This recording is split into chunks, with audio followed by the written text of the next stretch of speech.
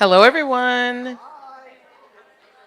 I'm doing a check in with everyone,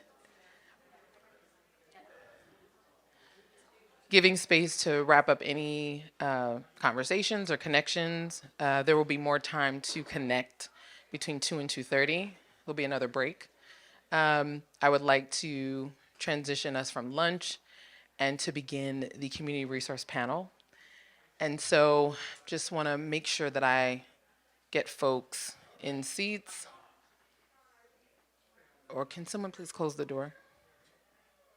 Yeah, or just make, yeah, thank you.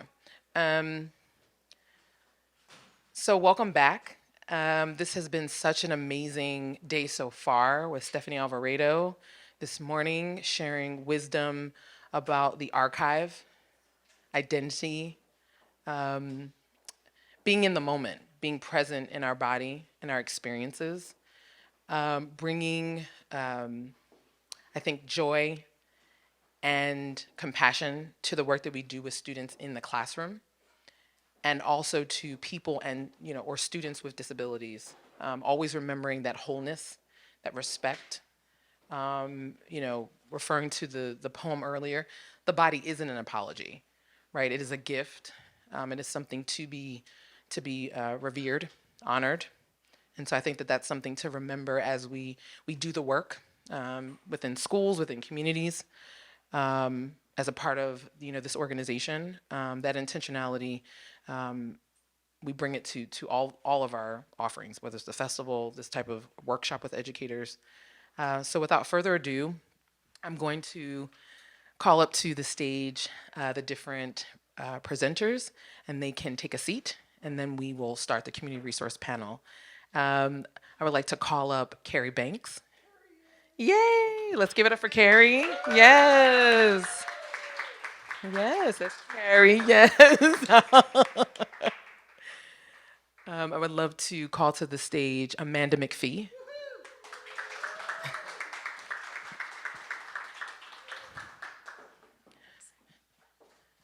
I would like to call up to the stage Stephanie Garcia.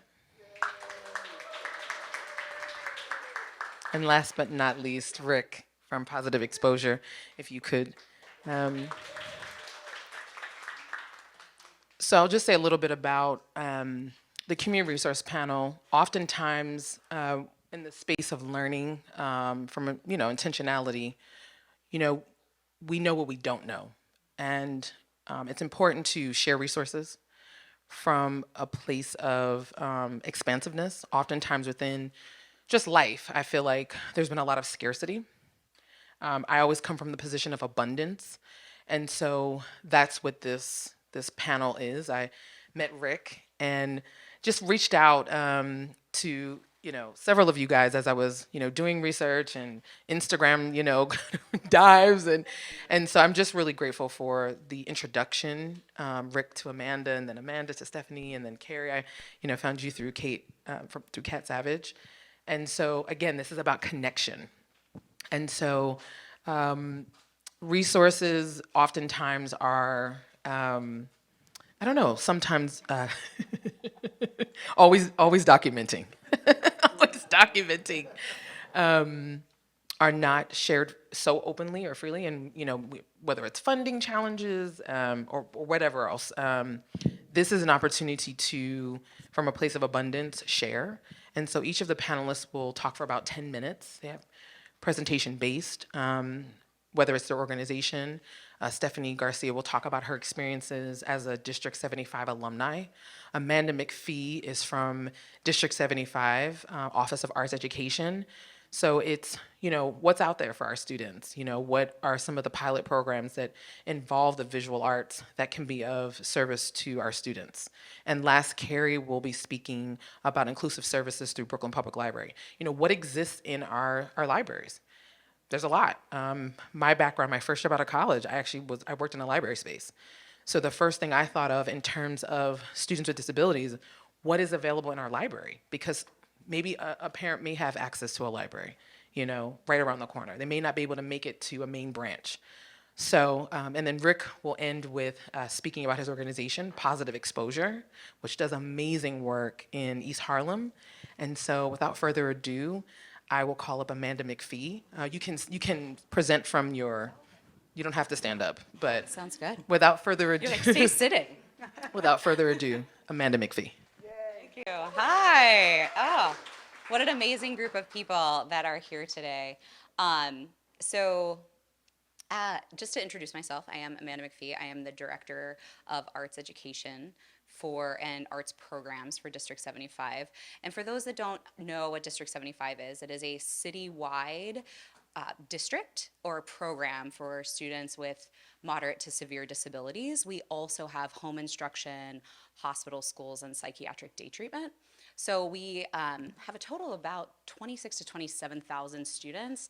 Our numbers change every year, which is a very exciting thing because we're always looking at moving students to a least restrictive environment or a place of more independence. So when our numbers go down, that's a great thing, right? It's like the opposing factor.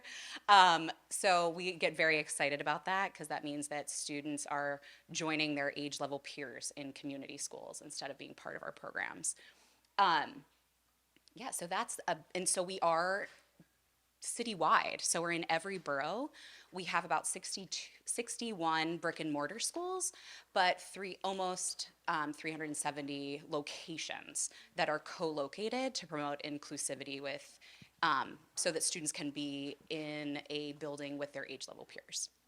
So yeah, you can go ahead and switch it up. So this is the vision and mission of District 75. So providing quality and rigorous individualized education programs to students with significant challenges and diverse language styles in a variety of settings. So one of our major goals is, looking at nurturing independence, ensuring dignity, and supporting the integration into the community. So that is the push from our superintendent's office to make sure that we are an inclusive body promoting inclusivity throughout New York City.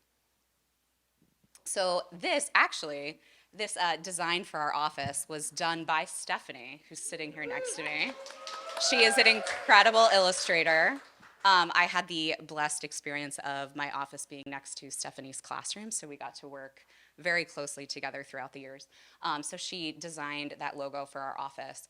So in our office, we believe that arts education really provides a place for students to gain achievement and gain skills in communication and independence. We believe in self-expression. And one of those things is that the arts inherently is a place where students can have conversations. There's so much self-expression. All of us are mostly artists in the room, so we know that this is a place where, it's a natural environment or a place where these things exist without adaptation or without modification. So it's this beautiful experience for students to be able to socialize with their peers, to gain independent skills, and to express themselves in a way that we may never have understood before because we're seeing them as a person and seeing them as part of their own humanity and giving an outlet to have them be able to share who they are, which is a really amazing and beautiful thing, and I feel very blessed to work in the District 75 Office of Arts Education. So one of the big things that I know this may get a little like, oh my God, literacy, but we do have a mission across District 75, and it's a huge focus from the Chancellor's office this year for connections to literacy and the piece that every child deserves the right to be literate and deserves the right to learn how to read. And so one of the things that's so beautiful is that our district has actually put together a mission to ensure that schools across District 75 are actually making sure that students have access to this. And so what is so powerful is that in visual arts, there's so many opportunities for students to practice gaining literacy skills and what it means to be literate, right? That it's reading imagery, reading their environment.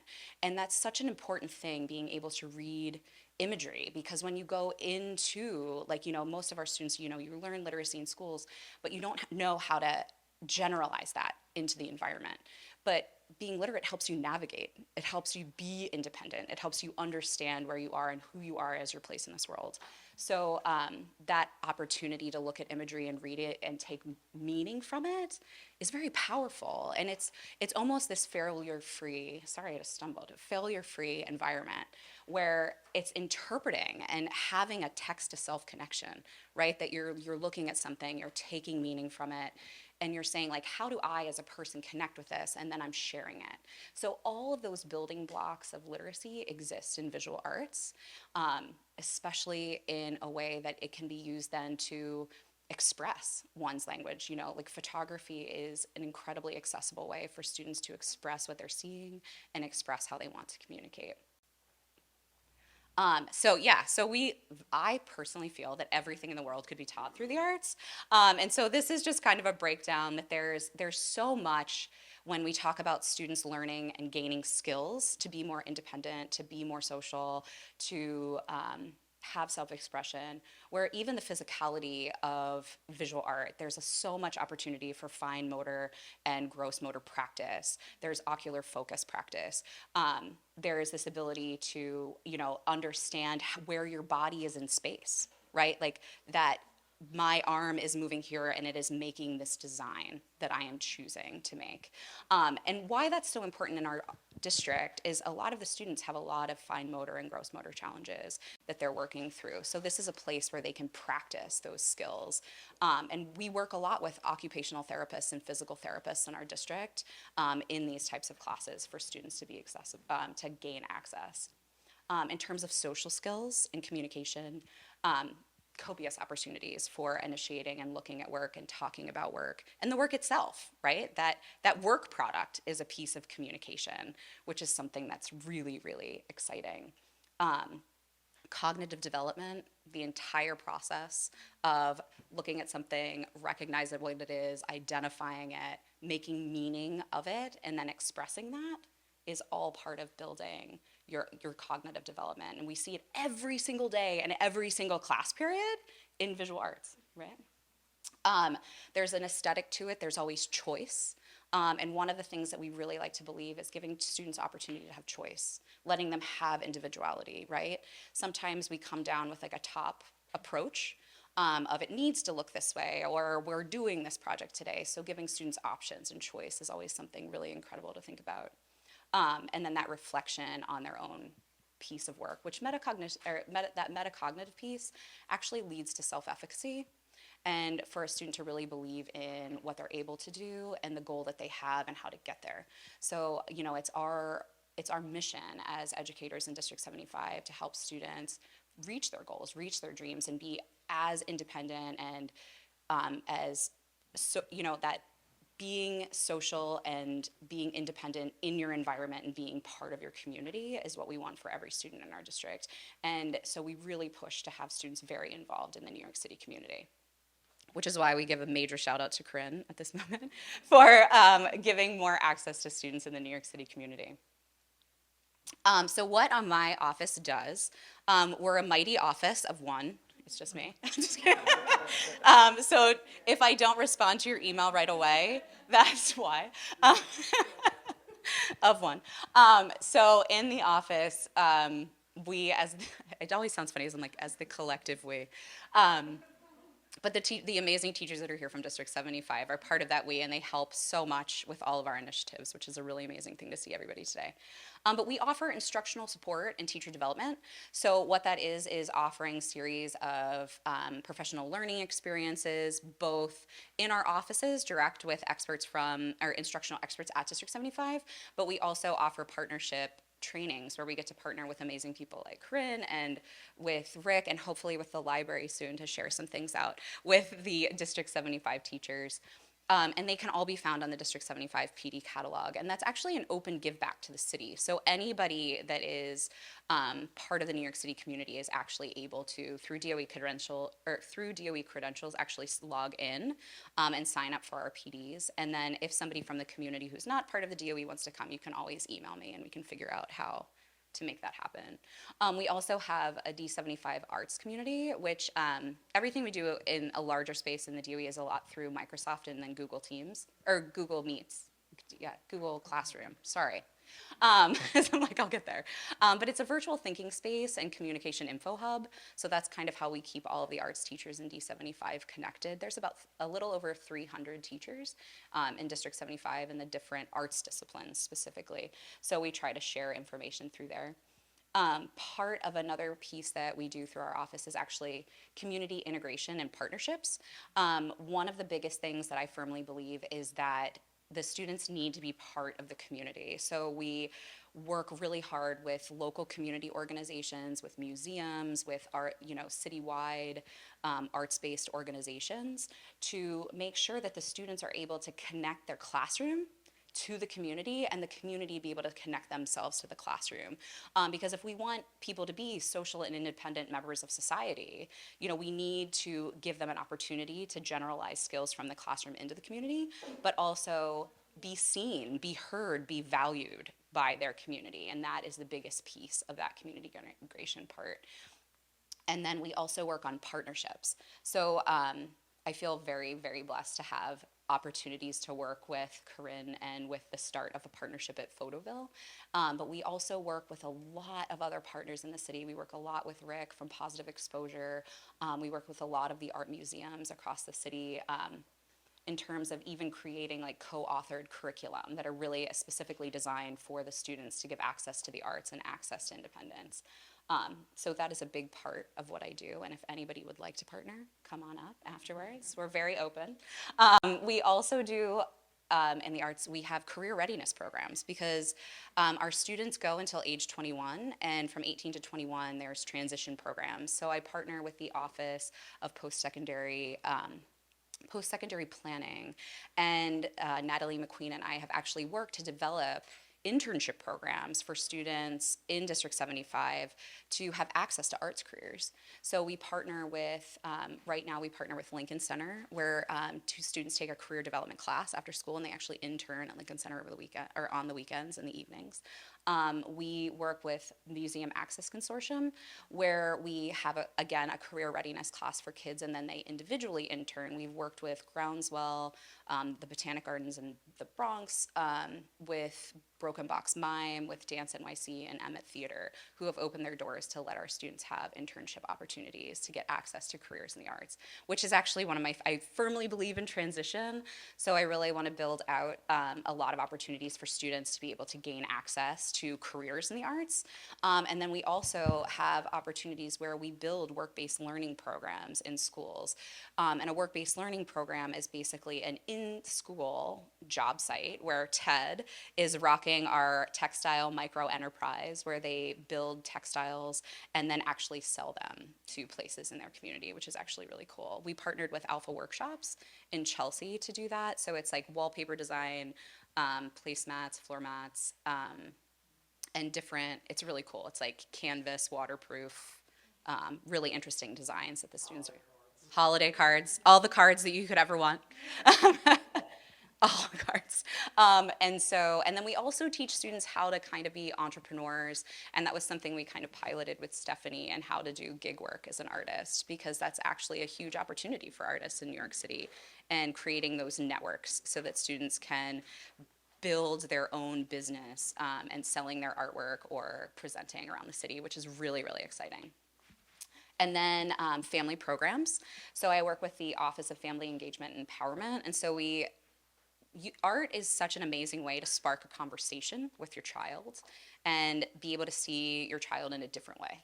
So we do a lot of programs with families on how to use the arts to springboard conversations in your house, but also have experiences in the classroom, or in your house, in the community. How do you walk around the community and actually have a conversation about art, which I'm like super excited that I had the opportunity to meet Sade from the Faces of Harlem, which is another like place that's outside that I'm like, you can have conversations about art in your community and like what sparks an interest. That we're actually working on some projects with, it's a father's initiative that we have, where it's actually, this is one of the big things that we're bringing out this year that will be really exciting, that it's photo work to see, what your different perspectives are. And capturing imagery and having a conversation between family members and their children, and or cousins, aunts, and uncles, and say like, I see things differently, and that's okay. and spark a conversation about that. And then also grant coordination, but I won't bore you with all of that business. And this is some of the incredible work of the artists in District 75. And one of the things that we truly believe is that the students in District 75 are incredibly, incredibly talented artists with incredibly powerful voices. And one of the most beautiful things that has happened since I've been able to take on this role is that we believe that students can. We believe that students have talent. We believe that students have a powerful voice. And it is our job, or my job, to make sure that the community sees it. We want the community to value our students. We want them to believe that they can. We want them to see them as the artists that they are and not necessarily see them as like, oh, a person with a disability. It's not about that. It's about them as a unique individual who has an artistic talent. So we've been able to partner a lot with Rick from Positive Exposure to get the students' work into the community, which is a really exciting thing. So this was actually part of Art 75, a district-wide juried art exhibition that we have every year, where people from the New York City community actually jury the work, and then we hang it at Positive Exposure Gallery, and everybody from the community is invited to see it.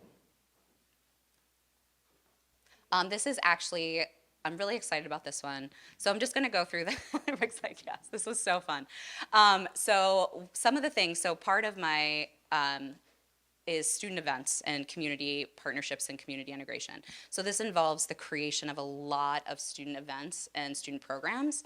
So this one is something that I worked with Rick and Liz from Positive Exposure, and we came up with Arts Inspired, which is actually a public installation piece where it started during COVID because we wanted to still showcase student artwork, but we weren't really sure how to do it. So we were like, let's just hang it on fences. Photoville hangs stuff on fences. Let's do that. And so we started with, at first it was inspired by something called, we wanted to fill NYC with love. They put this beautiful mural outside of Positive Exposure's gallery on 109th Street. And we did a Valentine's Day first piece where we had 238 luminaries, and they decorated bags, and we put LED candles inside of them, and had this beautiful night where we were out in the freezing cold setting up all of these beautiful luminaries. You should add to that the wall, it's the word love in over 100 languages. It's a 4-story mural of the word love in over 100 languages, inspiring to fill the world with love. Yeah, thank you for adding that, because that's a huge point of that. So they had to create what they love about New York City, or what they love about their family, or something that they love. So that was the premise behind it, which then led to Fill NYC with Love, where we were able to do two large public installations, where it was over 500 pieces of student artwork that were 8.5 by 11, where we actually had help from the students laminating all this work, but students from all across District 75 submitted that work, and we were able to hang, as you can see on the bottom, one of the images, that they were about 6 feet by 40 foot public installations. And so we've been hanging them on fences of schools where the facilities department has said, go forth and hang things on our fence. So it's been like a really exciting thing. So we had them in Lower Manhattan in the East Village, and then in Harlem on 120th. And then we actually, after that, kind of merged the story a little bit. And we were like, we're talking about, we want the public to be inspired by the work of District 75 students, but we also want District 75 students to be inspired by art. So we started thinking about, how can we make this a student PD, where students can learn from artists and learn from people that they identify by. So we started looking at different artists across the New York City community, and however they identify, and coming and talking about their story, talking about their artistic interest and their medium, and then the students had to create a piece. So that's where Illustrate Your World came from. Stephanie was our pilot artist, where she gave a PD to the students in District 75, talking about her journey as an artist and what inspired her. And she's an illustrator. Well, you'll learn. I won't spoil for later, but I won't do a spoiler. But so, which was really amazing. So it was 6 foot by 65 feet. It was like half a block in the East Village, where we had over 450 pieces of student artwork. And so we're going to be doing it again this spring, which will be very exciting. We're very excited. We want it to. It's going to be a yearly thing, and so we're hoping to expand it and do some sort of map piece. So we're very excited. So this is one of the ways we get the work out into the community for the community to see and appreciate and get to know the students a little bit better. Art 75, like you saw before, is a juried exhibition. You know, if as an artist, right, part of your career journey is submitting your work to juried shows to be displayed publicly. So we wanted students to have that authentic experience, which is a really exciting thing. So we have an amazing jury of people who are from the New York City community, from the disability community, and artists from Ralph Rucci was one of ours one year. Friends of Rick, who are major artists in the New York City community, actually volunteer to jury the students' work, and that's how it's chosen.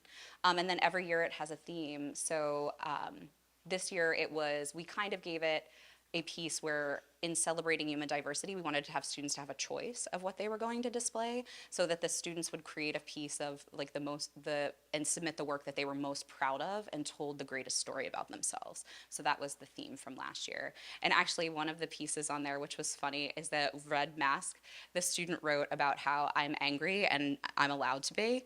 And so it was like a really interesting thing. And I was like, I'm so glad the teacher, it even had like sandpaper teeth. It was the coolest thing I've ever seen. But the work was like absolutely incredible. One of the students at the top was actually Anne's student that she is here. I really thank District 75 for appealing to all the schools and the art teachers. And this really gives the kids an incentive to work together with the parents and everyone there. So it makes things come alive. And of course we went to the studio for Rick, and he just it was just us, welcoming us in, and we saw his wall. It's just a very warm place, and I was very grateful. I'll talk to you later. But the most beautiful thing is that the students actually, their work hangs for 2 weeks to a month in the gallery, and then they get to take field trips to actually see their work with the people that work at Positive Exposure actually have designed this amazing art experience where they get to see everybody's work. And we actually have a really awesome family night where we had a student band perform, and we had about 75 families there throughout the course of the night. And the parents, it was just amazing for them to see. They were like, we cannot believe our child's work is in a gallery on New York City off of Museum Mile. Like the impact and the pride and the self-confidence that is given to a student when they are able to show their work publicly is just magnified, which is a really amazing thing. One of the other things we did to get the students' work out into the world is the Guggenheim Museum actually has this incredible program designed by Melanie Adsit that's called the Guggenheim for All program, and it's designed for artists with autism or who have autism spectrum disorder. And so we did a piece in the celebration of Kandinsky. He was actually at the museum, and his work was on display. So we were like, what can we do that would get the students' work out, but also get them into the museum?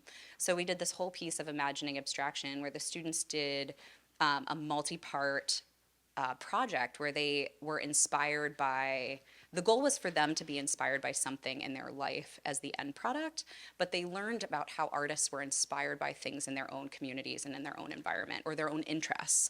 So he was kind of like a perfect tie-in of being inspired by nature, of being inspired by music, of being inspired by community peers. So we actually had the opportunity of shutting down 88th Street and between 5th and Park, and had a festival. So it was it was really exciting. So we had 40 large format pieces of student artwork that were displayed on the street. And then there were art making stations where the students were able to be inspired by art. They got a sketchbook and were able to look at things in nature. We had a science tent. We had another tent where they made a huge large format mural where they were listening to music at different tempos and creating pieces with their families. And then they got to go into the museum. And I have you know that the museum security actually thanked us and said that it was the best event they'd ever had because everybody was so kind and respectful. They were like, you guys can do this all the time because everybody was so nice. So it was just like a showcase of how incredible the families are in District 75. But the reason I added this to it is because one of the biggest things is getting the students' work out in the public and educating the public on who we are, what we do, why it's important, why you accept difference, right? And you see people for who they are and let their talent shine through. And so as we were there, many people had never heard of District 75. They were floored that students from this district were creating works of art that looked this way. Huh? Sorry, I'll stop. Sorry, I get excited. But moving forward, that it was this beautiful thing that the community came together and we're like, wow, how can we volunteer for the district? How can we become more involved? And so you can go to the next one. We can actually, and then we also have a Festival of the Arts that celebrates students performing arts pieces, which is music, dance, and theater on an off-Broadway stage where the students come together every year. You can go to the next one. I'll fly through. And so we have some transition programs, which this year we're doing Epic Junior, which is an after-school theater program to inform trajectories for people that want to have acting as a hobby, some part of the acting experience as a profession. And Epic is actually a neuro-inclusive theater company that acts as agents for people with disabilities. So when students participate in this in middle school and high school, it's a direct trajectory to be part of their theater company upon graduation or as soon as they turn 18. And then we have some additional events that are really exciting, so get involved or come and watch. We can go through because I feel like I'm talking forever. You can go to the next slide. And then one of the key things that I wanted to highlight is photography programs and the fact that we're here at Photoville is that photography is such an incredible way and such an accessible way for students to capture something of interest to them. And because it exists on an iPad, on a phone, it's not something that there's a technological barrier because in-app and in-network features on those programs are very accessible for people with fine and gross motor challenges. And so we do a couple different workshops for students. We do something called Get Ready to Click, where we teach students how to capture a frame. We used to partner with Apple, which will be coming back. It was kind of paused during the pandemic, but they use iPads and iPhones, and then they learn how to use in-app features to do photo editing. And then this year we're actually piloting a program. A teacher from 993Q named Gwen Baltimore actually applied for a grant through the Joy of Giving, which is a program that actually, they come out with a grant every year for photo equipment for teachers. And you have to have a pre-established program. And so they're realizing that in District 75, we don't have a lot of pre-established programs at individual schools. So they actually partnered with the Josephine Herrick Project, which is a organization out of Harlem, which had worked with veterans at first and then merged into working with people with disabilities to share their stories and use photography as active voice. So that is a pilot at 993Q that we have this year, and hopefully it will expand, I'm hoping, to more schools next year to be a grant project for equipment and curricular resources for teachers to be able to use photography. And then our beginning stages of a Photoville partnership, which I'm very excited about. Yeah! We love grit and Photoville. I actually found my first band from Photoville from 2012. It was like the orange rubber. It was like an orange rubber band or rubber thing. But where to find us, we're actually coming into the technological age where not just having our arts community, we actually have a Facebook page now, D75 Citywide Programs. We are on Twitter at D75 Office. You can find us on Instagram at District 75 District Office. And we have a website launching soon that will have all of our events and programs and resources for teachers, which is very exciting.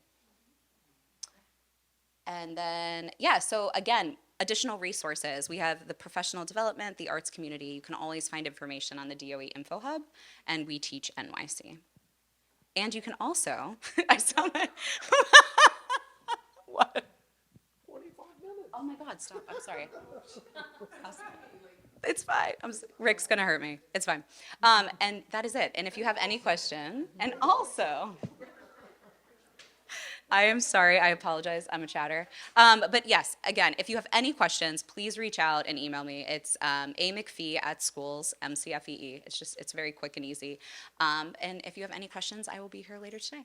Thank you. Hi, so you know me, Stephanie Garcia. So my experience throughout art is more like I get more like the first time when I was younger, I expressed myself more in art And when I had difficulty of speaking out because I was like very quiet, keep it to myself. But when I draw, the moment I put my pencil in the drawing, it just become like another world, and I can like actually draw like, wow, this is I actually feel like this. Like I can actually draw something and somebody will understand it, or probably they can imagine what it is the image will be. So I trained myself throughout the years. So when I went to college and later on, I wanted to be more in the anatomy. So you can see here in Adam and Eve, you will see like the details or some like this is like a reference from an artist, but still I wanted to express more of the details and how it will reflect from the image. And also in the hands with the rose, it's actually a person that I knew, and I was inspired by them. I'm like, oh, I should use this. Like I love the flower, but it was a challenge because I barely experienced with flowers. But the moment I did this and I finished it, I was like, oh my god, I released that I made this like, and also it was made of chalkboard, so it was something like messy, but I get used to it. But yeah, that's so far. And the next slide. So this is like more anatomy more, which I was more learning about horses or animals, which I was learning how to draw horses, which it was very hard to, because like how the body is like very different, and also like is bigger than like the actual human being. So I was very like impressed that the horses look very um like in front, and then like you can see how I try to get more attention of the horses instead of the woman, but they still part of the image. And and the other side, which is like my favorite too, is I all of them my favorite, but but this one is like very dark, and but it's also have like somewhat a really released image of it, like the relationship of the human and the dog, which is true because sometimes when you have a connection with your pets or a dog, you will have that connection even probably in your life or during your past life. But again, I just wanted to show like they have a connection each other. But so far, I just love it like that. So later on, I went to co-op tech when I was trying to balance. But the first time when I was learning about it, I pressed a lot of buttons, and I was like nervous. I'm like, oh God, I pressed something and something happened. But but later on, I was like, okay, now I get used to it. And the ships, it was my first time. It was trying to promote like a logo of the boats. I mean the cruise ship, and put the image and like the detail of it, or trying to convince people to go to the cruise ship.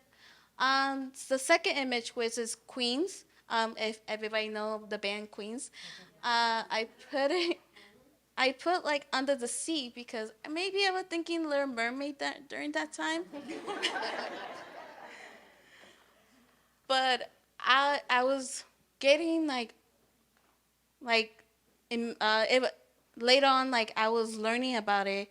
It was I had the same connection all over again with art, which with graphic design. I'm like, wow, this is actually a little bit different than I usually think. But in later on, I'm like, okay, I can make this as the more I experience in digital and traditional to have like somewhat a bonding or connection of it. Oh, the next, yeah. So this one, I was practicing how like a damaged image, like probably it went to some difficult damage, and I had to blend the image and become as brand new. So this is like more like I wanted to fix image and become like the same memory as that person had. So yeah. The next one. So painting. To be honest, not my greatest strength. But later on, because I had it fun like drawing or painting like for fun. But I didn't took it like as more like a more career. But later on, when I took a class of painting, I was like, oh God, I'm gonna do something really bad. But later on, I'm like, okay, now I know how the mix of the colors will affect the painting and the color of the skin or anything. It can actually become like um, more alive of it, which you can see on the sculpture with the painting and the blue. I was very like interested of how the paint can actually make a connection and also how it blend together and also how it become a sort of some other balance each other, especially like on the let's say like the options with the table. From there I was just trying to like understand it, but like the more I learned, the more it was like getting relaxed, and all the knowledge that I learned during that class was like flutter in and like was actually like became like a second nature of it for me. But so far I really enjoy it. So yeah. So this is another reference. So this one it was two reference of two different artists. So again, I was still practicing how to paint, but later on, I was just getting the better I getting, the better I was learning, the better I was getting used to the painting and how is blended and how it was having like a bright color will get the eye of the people and that certain things. But that's so far I learned. Sorry. Um, so this is more like where I was working with Amanda and with Epic. I was I was like that was my first time of working like and besides like competition I went to. This is like my first job of like putting an image with a design of like a theater. So far, this one I was uh, intrigued of the storyline, and the more I was doing research and how much and having the connection with the people of what they imagine it will be the photo and more reference they want and the actors of their outfits and how it will be like balance up. So I was very intrigued how it turned out and how many people were so happy when the design came out. Um, it was actually in virtual the performance, and I was so happy when they were like, "Oh, they're the artist." I'm like, "Oh yeah, thank you for your image," and like it looks so beautiful. I'm like, "Oh, thank you." I felt like very um, grateful that like I had that connection with the people, and they was like happy how it turned out. Um, but more likely like, oh, I would like to work with more with them. I think I work with more with them later on. I don't have it there, but I work with them someday or other times. This one and the disability pride parade, that was my first no wait, yes, somewhere in my competition, and I was so proud of like standing next to other people who had the same interest or the same rights to fight for themselves and disability that they don't define them or it doesn't become affecting their daily lives, but it's just part of them and they can appreciate it. And I was trying to reflect the history and the people who died during the difficult time for disability. They didn't have the access during that time. But I wanted to reflect all the leader, all the people that did something on during the march and all that. The next. So this is my competition. The District 75 logo when I participate um, to have a logo to create. So I won actually like two, first place and second place.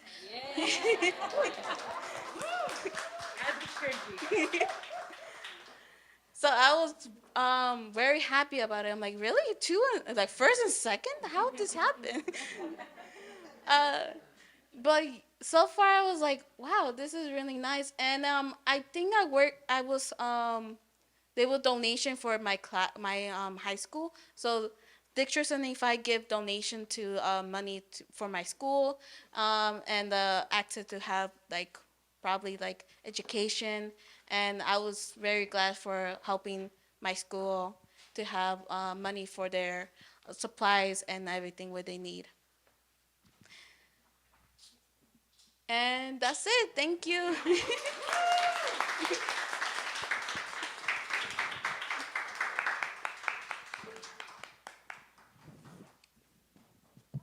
Hey, is it on? Good. Okay. I'm Carrie Banks. I'm not an artist. I do knit. I used to knit a lot, but definitely not a visual artist. And I run inclusive services at the Brooklyn Public Library.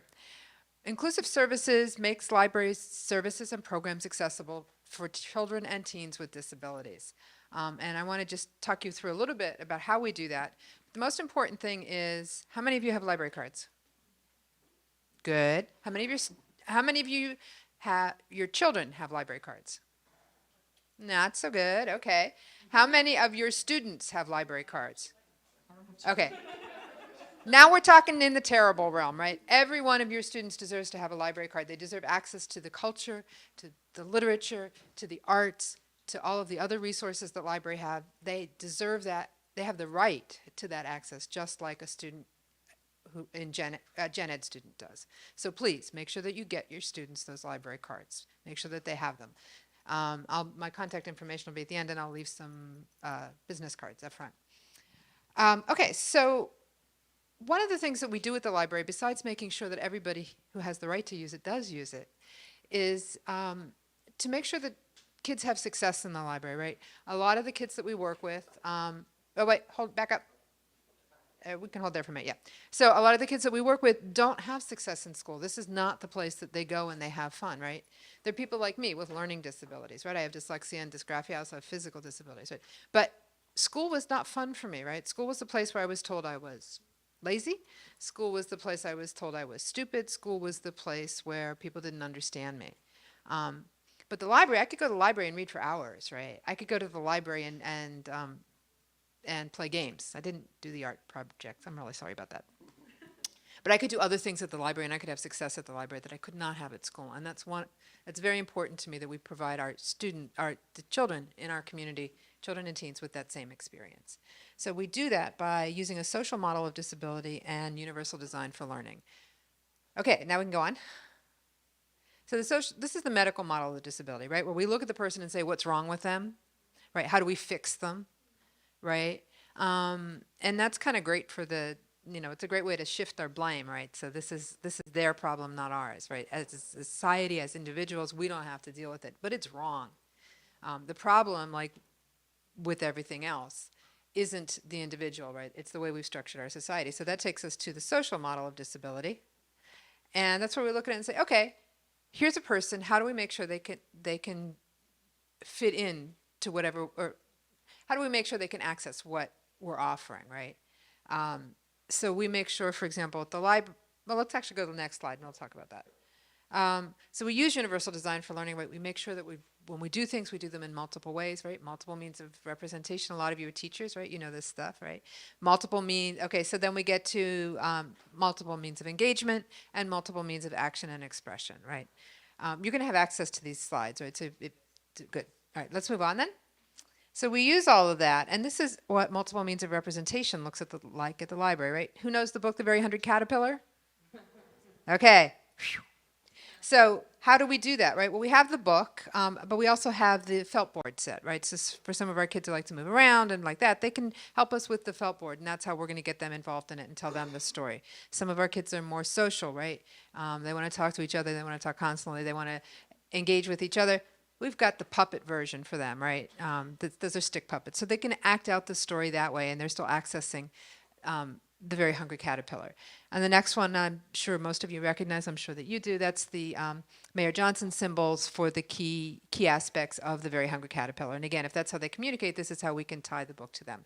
The Braille edition with textured illustration. The print edition, oh yeah, remember those? We are a library. The print edition with tactiles, right, for all of the illustrations. And they are anatomically correct, the butterflies, the caterpillars, the apples, right, so that if you don't see them, you still get a sense of what the item really is.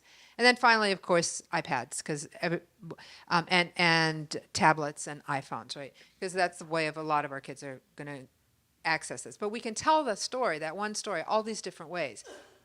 And our students can access it through us, by our reading to them, by reading it themselves, or by using any of these other ways. Okay, next. So how many of you really care about caterpillars? Well, I do. Yeah, okay, we got a couple. All right, how many of you like to eat? How many of you like to eat? All right, so for you, we've got a cupcake caterpillar, right? So, dance. How many dancers do we have here? Musicians, dancers, all right. So you can have the castanets, and we're going to do a little Very Hungry Caterpillar dance. Then beyond that, back to our social, how many of you like talking to each other or friends, getting together? Okay, you guys are going to act it out again with those puppets and that play. Or you can play the game, right? How many math people, engineers do we have in here? No. Oh, one. All right. A couple of David Macaulay followers. Thank you. So we've got Legos for you, and you can build your Very Hungry Caterpillar story that way. And then finally, of course, for our budding artists, we've got pens, papers, and even sometimes coloring books, though I try not to use that kind of thing. Okay, next page. The important thing about libraries, right, is the sensory scape. Are people comfortable in the libraries? And no, a lot of people aren't, right? For some people, they're too quiet. Drives them up a wall, right? For other people, they're way too noisy, man. Do you hear that hiss, by the way? You hear that? Yeah, okay. Oh, that is, whew. Right, we got lots of noises like that hiss in the library. We've got the little beeping machines. We've got kids talking. This is not your Amtrak quiet car, right? This is a noisy, living, breathing, functioning library with people in it. So we want to provide tools to help people regulate themselves when we have not done a good enough job of regulating the environment. So we make sure we have fidgets available at inclusive services. We let people move, right? Sometimes they're going to learn best, or they're going to engage best when they're in the back pacing back and forth. For me, it was always knitting. That's what I needed to be able to be engaged. We let them make noise if they want, right? If it's not going to bother other people, and we have noisy spaces and quiet spaces in our libraries. But sometimes that's what people need. So for our sensory seekers, we have things for them that are going to help them regulate themselves. For our sensory avoiders, we have things like noise-canceling headphones, right? Sunglasses, baseball caps, that glare, whoo. And we have quiet spaces. Some of our libraries have quiet spaces, not all of them. They're not all that big, right? But we can sort of help create a quiet space using those tools. And the pictures there you see are the cover of the book, The Sensory Seekers, and then the other one is 3 children, most with light and medium skin, various colors and textures of hair, all of them wearing noise-canceling headphones. We have the next slide. Structure is really important to what we do, and we're not going to go into that because you're all teachers and you know about the importance of structure. But in our programs, it's really critical, and it's a self-regulatory tool. Can we go on? Oh, and by the way, that picture schedule was in Spanish. The words in that were in Spanish. And if you're using picture schedules or PECs with your kids, please make sure that you print the words out in them, right? Because that's how a lot of kids learn to read, and we don't even know they're learning to read. Okay, so multiple means of action and expression for kids who are students who are communicating with sign language, great. For kids who are communicating with music through dance, that's great too. That's a dancer demonstrating the earth and water poses, and of course our augmentative communication devices. Multiple means of action and expression. Next. And these are more communication options, right? Computer-assisted communications, basic communication tools, texting, and more. I'm sorry, I'm gesturing when you're right there. I'm so sorry. All right. Okay, next slide. Again, this is something we all know, but this is something that took librarians a long time to know, right? Behavior is communication. Somebody's not covering their heads or falling, melting down in a pile on the floor for nothing. There's something going on. We can't prevent, if we haven't prevented it, and that's what we're trying to do, right, then we need to figure out what's going on. I always tell librarians, don't take it personally. It's not about you. It's about the student. Communications, play, art is, okay. Oh, yeah, that's right. No, stay there. So materials, again, making, like we do with books and literature, we want to make sure that our kids with disabilities who use our library have what they need to use it. Different grips, different ways of using things, different materials, different ways of sitting. Okay. And we're going to skip that. So keep in mind, cookie cutters are for baking, not for dealing with children and teens. Never assume, and we know why. A bunch of teachers, I really shouldn't say that. I'll let you remember that and not go finish it. Always let the youth do it, right? We tend to say, oh, let me do that for you, right? But no, because it doesn't, because our students need to learn resilience, they need to learn independence, and if we're doing it for them, they're not. And they don't care about the product, why do we, right? This is all about the process, and we know that at the library. Plan for a variety of skill levels, be flexible, and let go of your ego, because attitudes are the real disabilities. And at Brooklyn Public Library, everyone is welcome. Inclusive services, we're rebuilding from the pandemic like everybody else, but we train all of the librarians, all the children-serving librarians and teen-serving librarians have some training in working with kids with disabilities. We have all of these different formats, audiobooks, graphic novels, computer-assisted reading, all this kind of stuff at the library for our students. Okay, next. And expectations are key, and wherever I go, right, and this makes me so sad, I hear parents say, my child will never learn to read. And I got to tell you this. We don't know who's going to learn to read and who can't. A lot of the evidence suggests that maybe about 5% of people will never learn to read. But that's it, 5%, right? That's it. But we don't know who those kids are. But we do know that if we do not give them the opportunity to learn to read, if we don't share oral stories with them, if we don't engage them in art and storytelling that way, then they will not learn to read, right? It's all about our expectations for our students. And that they will get at the library. I promise you. So those are all different ways people read. This is there we go. My contact information, that's how you can email me or give me a call and I can tell you more about library programs and what we have. We also have a lot of resources for the adults. We do workshops for parents. We do workshops for individuals. We do workshops on sexual health, relationships, and sexuality and gender for individuals with disabilities. We did them on Zoom. That was just great. We do all kinds of things like that. And, of course, job support, immigration support for new Americans, for asylum seekers, doing a lot of that right now. We have social work services for people who are unhoused and all kinds of stuff. So this is not necessarily the library you think it is, right? Give me a call, shoot me an email. Email's a little better than phoning because my phone is a brick. It's a really terrible phone that they gave me. But that's what I know. Thank you.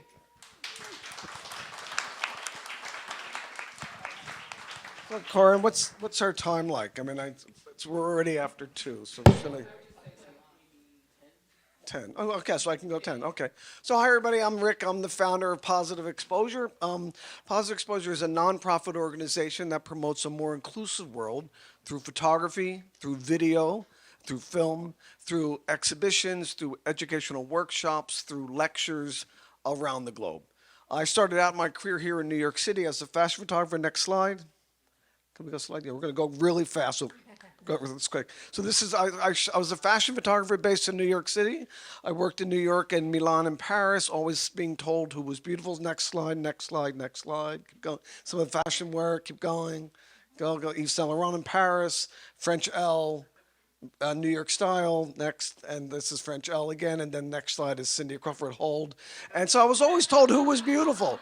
So it was the frustrating part was that it was exciting working in this industry around the globe, working with these amazing models, but I was always told who was beautiful. And as an artist, I never saw beauty just on covers of magazines. I saw beauty. I continue to see beauty everywhere around me. I was leaving my studio after one afternoon in New York City after doing a casting for Elle magazine. I think I saw every model in New York that day. Walking down Park Avenue, I spotted a kid waiting for a bus. She had white hair, pale skin. Next slide. She had this genetic condition called albinism. Albino was the common term.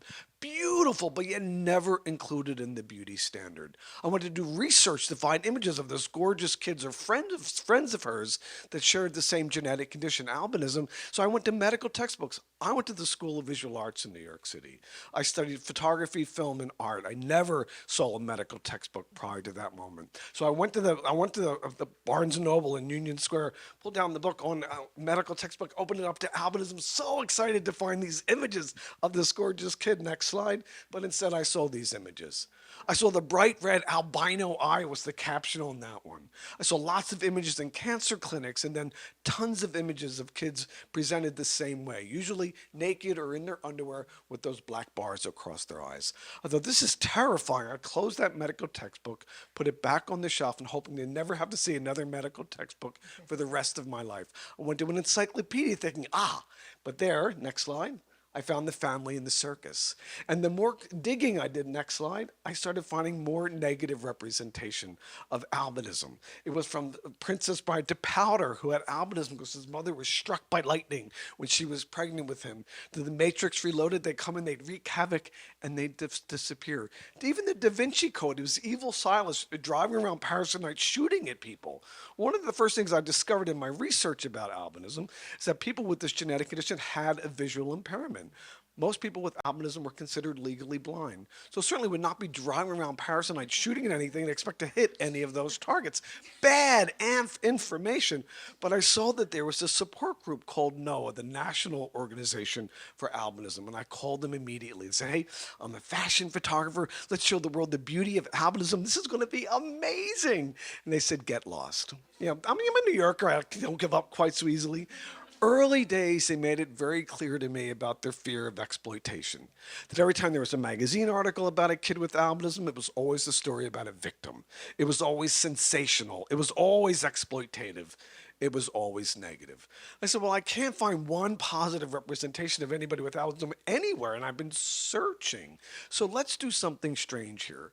Let's form a non-traditional partnership, fashion photographer, genetic support group, and together we'll partner and create a photographic essay that finally celebrates the beauty of albinism. And they agreed. Positive Exposure was born that day. I'm so excited to get started.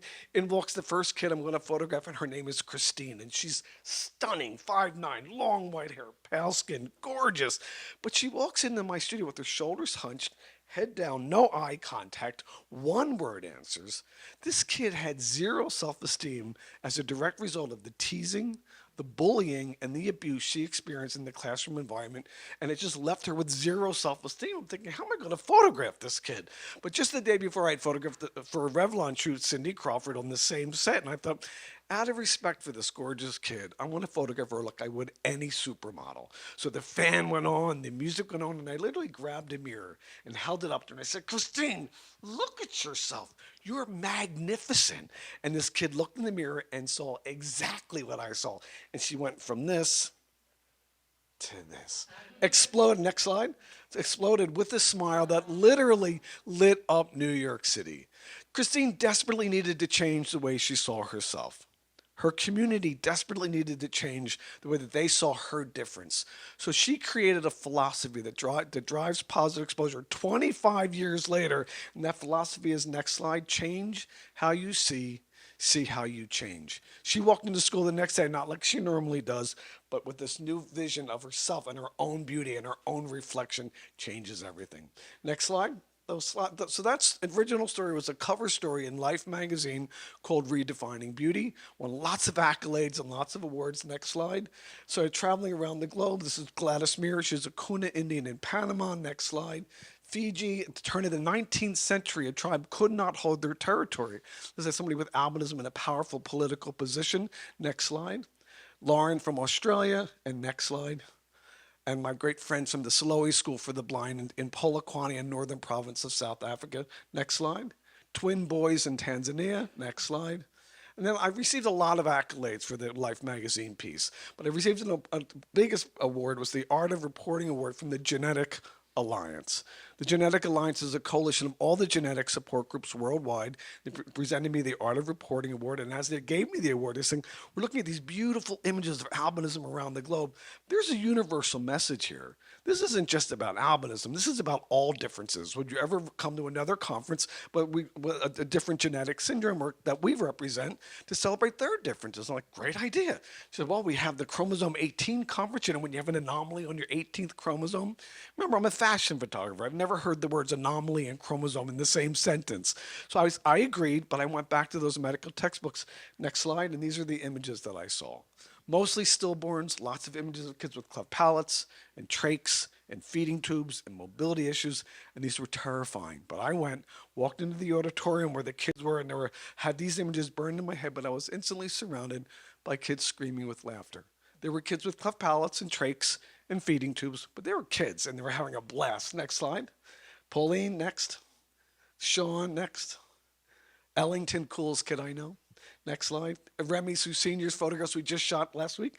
Next slide. So I was really excited to be there, and we created 1 billion images. And I came back, and Francis Collins, who was the director of the National Institute of Health, they just finished mapping the people's genome, and they asked me to create a photographic exhibition that would launch at the Smithsonian in D.C. and then would travel to other Smithsonian sites around the world, and celebrating the beauty of this people's genome and showing albinism around the globe would be great, and diversity within that. And I thought, great idea, but I told them about this experience at the Chromosome Conference and that it was a celebration of all differences and can we invite everybody else to participate, and they agreed. Next slide. First group that stepped up was the Marfan Foundation. Marfan syndrome is a connective tissue disorder. You go very, very tall, you're at risk of an aortic dissection, scoliosis. These are the images I saw in those medical textbooks. And I understood the importance of showing how a connective tissue presents itself, but I could do better than that. I can add the one key ingredient, give you all the information you need as a healthcare provider, but the next slide, I add the key ingredient, Billy. The key ingredient, humanity. Next slide. Same thing with Christopher. Next slide. And just some friends. This is Caleb, who has a very common form of dwarfism, achondroplasia. He wants to be the president of the United States and an actor. So I told him all about Ronald Reagan, and sure enough, he's going to do both. And he will. Keep your eyes and ears open. We're okay for time. Next slide.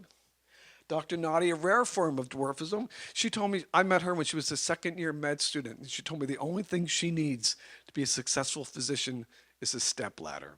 She got that stepladder, and she's a doctor. Next slide. Jada with 22q11.2 deletion, best giggle on the planet. We're going to go forward to a bunch more slides. Keep going. Wait, keep going. Simone, Curtis, Lucas, Ronan, keep going. We're going to go right to 109. Chloe. Here, let's stop right here. This is Judy Human. I hope you've all seen Crip Camp. Old school, definitely old school disability rights and disability justice activists. Next slide.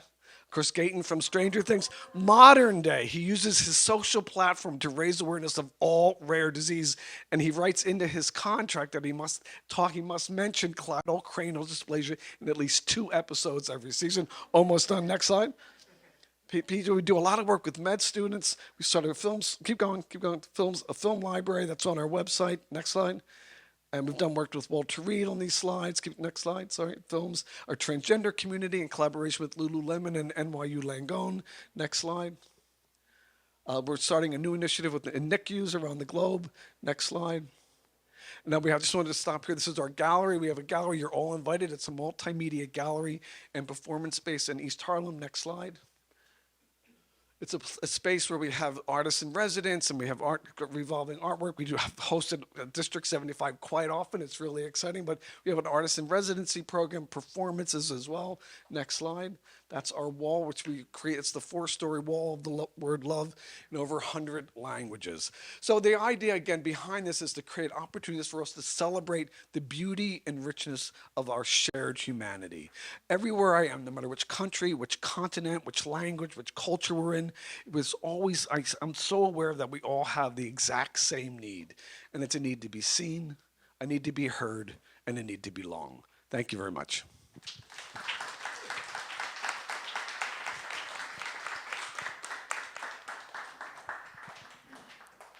Can I go?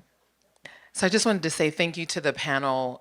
Such rich information that was shared with us today. And I think the time that we're taking is important for us to honor, because the resources are abundant and we need to make those connections. And so we're going to take a maybe 20-minute break so that we can reconfigure the space for the afternoon portion with Jen White Johnson. It's a photography zine workshop.